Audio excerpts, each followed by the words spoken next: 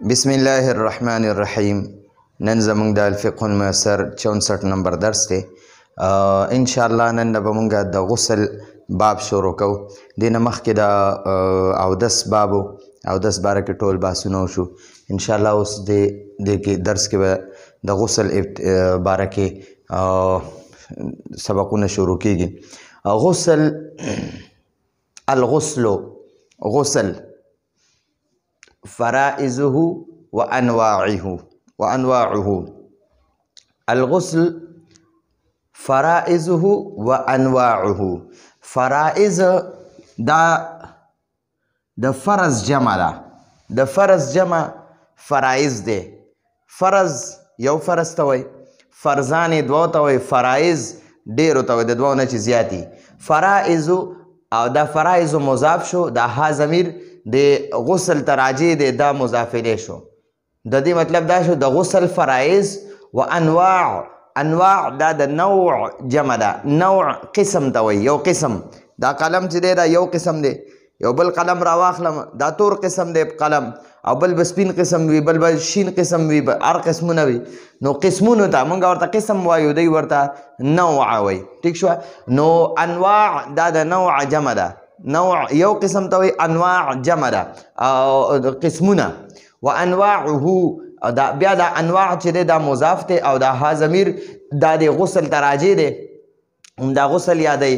نو دا پکې مضاف الیه شو. نو اول به د مضاف الیه معنی کوو، وروسته به د مضاف معنی کوو.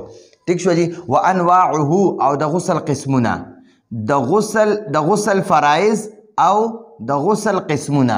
د ها ضمیر معنی د غسل او فرائض فرضونه، او انواعه دا دلته کې د ها ضمیر بیا مضاف الیه دی، اول به د معنی وکړي، بیا به د انواع مضاف ته د معنی به وکړي.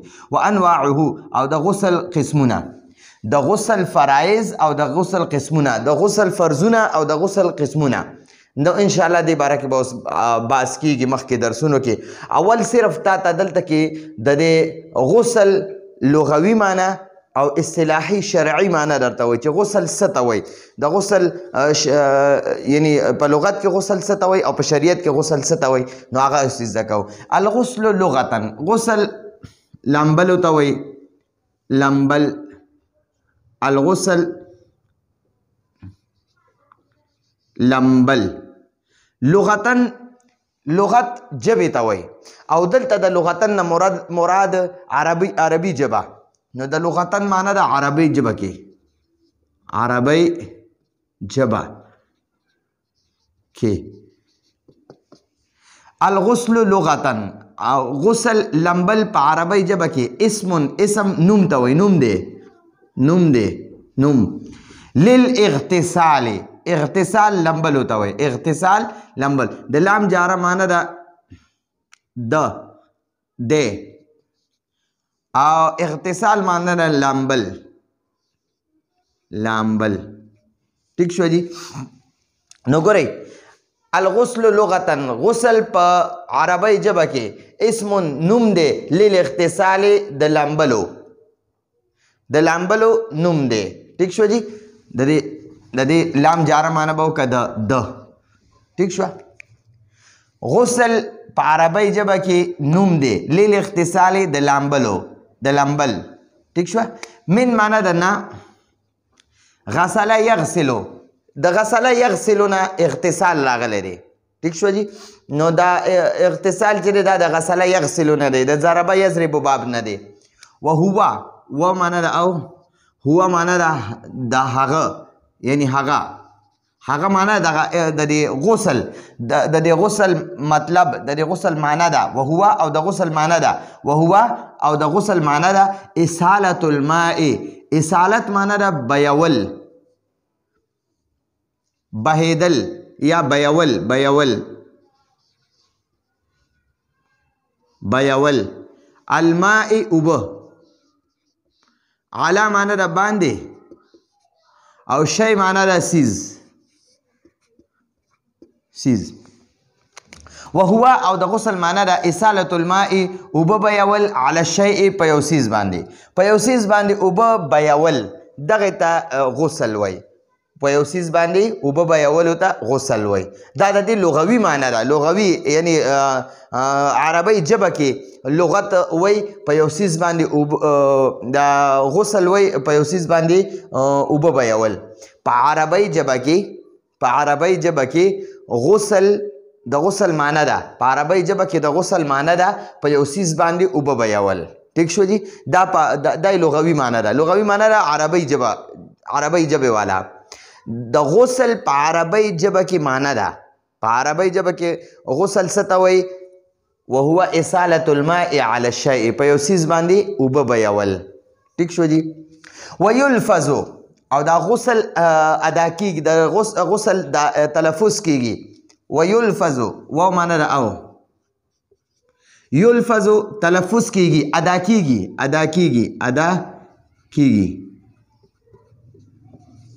بضم الغین د غین ضمې سره. با حرف جر دی، د دې معنی ده سره. دا ضم مضاف دی. ٹھیک شو. نو په دې مضاف باندې د با جاره د وجې کسره راغلی ده او دا غین مضاف الیه دی. نو ته به اول د مضاف الیه معنی وکړي، بیا به د مضاف معنی وکړي، بیا به د حرف جر معنی وکړي. او ضم معنی ده ضمه، پیش ته وایي، پیش ته ضمه وایي. او غین ته وایي.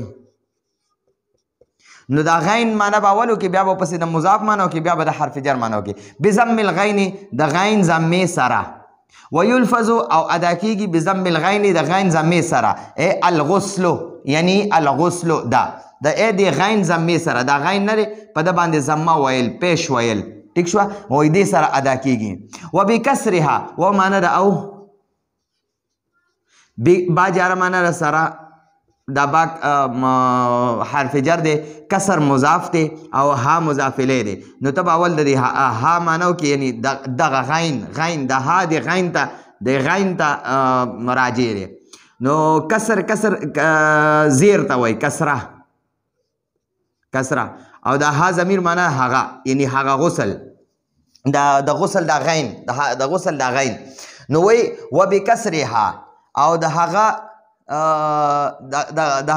دغه غین کسرې سره ویل هم ادا کیږي. دا غین چې دی، دا غین د غسل غین، دا اولنی غین چې کوم دی، د غسل دا غین ضمې سره هم ادا کیږي او کسرې سره هم ادا کیږي. الغسل دلته الغسل او دلته الغسل، د غین د کسرې سره هم ادا کیږي. وضم الغین و معنی ده او ضم الغین، ضم مضاف او الغین مضاف الیه. ضم معنی ده ضمه، پیش، ضمه او غین مضاف الیه دی. د معنی هم دغه غین دی. وضم الغین او د غین ضمه هو معنی ده هغه، یعنی دغه دارج اسم فاعل دی. د دې معنی ده یعنی چلیدل یا رایج مطلب چې مقرر دی، مقرر.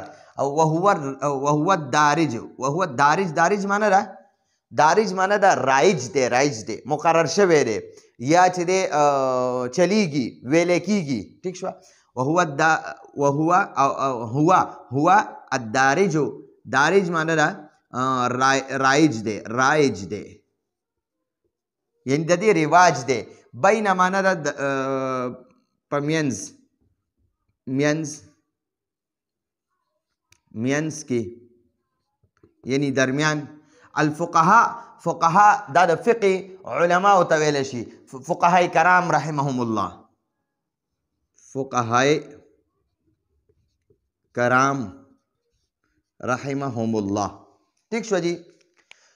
وضم دا تاسو ته وایي جی. اوس موږ مصنف رحمه الله وایي ویلفظ او دا ادا کیږي دا بضم الغین، دا غسل ادا کیږي بضم الغین د غین ضمې سره.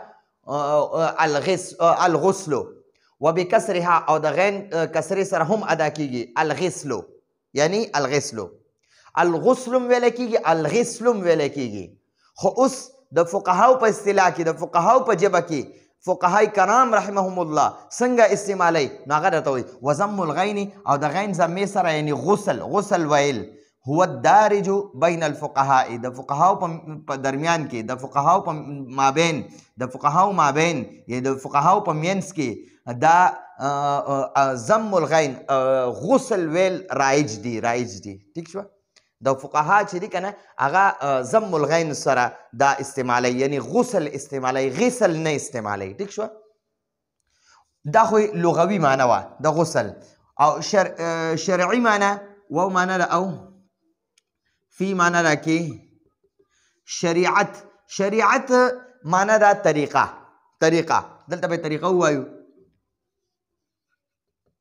طریقه یا د الله تعالی مقرر شوی احکامات د الله جل جلاله مقرر شوی حکمونه احکام هغه ته شریعت وای ٹھیک شو یا ورته طریقه وای یا ورته د الله تعالی مقرر شوی احکام وای هو یعنی وفي الشریعت مطلب دا دی چې شریعت په ژبه کې د شریعت په ژبه کې غسل څه ته وایي دا خو په عربی ژبه کې غسل معنی ده په یو څیز باندې اوبه بهول ٹھیک شوه نو بیا یې درته ووایي چې یاره دا غسل هم ویلی شي غسل هم ویلی شي خو غسل مشهور دی او اوس درته وایي د شریعت په ژبه کې غسل څه ته وایي هو معنی ده هغه یعنی هغه د غسل معنی ده په شریعت کې وفي الشریعت او د شریعت په ژبه کې او د شریعت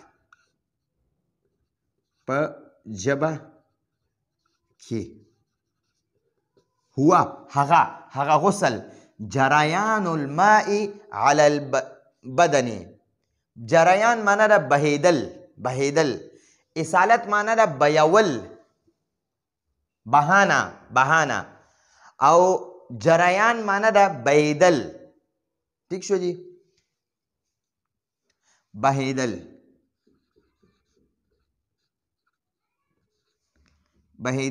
الماء اوبه علا معنی ده باندې بدن ته وای بحیث په داسې طریقه د بحیث معنی ده په داسې طریقه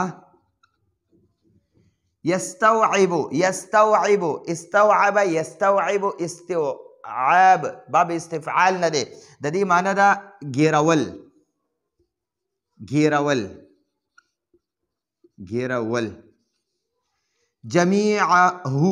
جمیع معنی ده ټول هو معنی ده هغه یعنی دا بدن مطلب دا دی ټول بدن ګیرول په داسې طریقه چې اوبه وبهیږي په بدن باندې په داسې طریقه چې ټول بدن ګیر کی مطلب دا دی چې دا اوبه ټول بدن ته ورسي چې د یو ویښته برابر زیم پاتې نشي او ټول بدن کې څومره د بدن ټول حصې دي ټول اعضاء او جوارحو ته اوبه ورسیږي نو دغه مطلب دا دی یستوعب معنا ګیرول معنا ده رسیدل جمیعه ټول بدن ته جمیع ټول ته وایي او ها ضمیر معنی ده هغه یعنی بدن ٹھیک شو نو دغه ټول بدن ته په داسې طریقه باندې اوبه ورسي چې ټول بدن باندې اوبه یعنی ټول بدن باندې په داسې طریقه اوبه تویول بهیدل یا تویول ٹھیک شو جی بحیث په داسې طریقه یستوعب جمیعه چې ټول بدن راګیر کی یعنی ټول بدن ته دا اوبه ورسي نو دغه د په شریعت کې یعنی ټول بدن ته اوبه رسول دا شرعي معنی ده غسل څه ته وایي چې په ټول بدن داسې اوبه بهول یعنی تویول داسې اوبه بهیدل چې د یو ذرې برابر زیم پکې اوچ پاتې نشي نو په شریعت کې غسل دغې ته وایي ټیک شو جی نو دا زموږ د نن ورځې درس و راتلونکي درس پر اجازه غواړو هذا هو المرام والله اعلم بحقیقة الكلام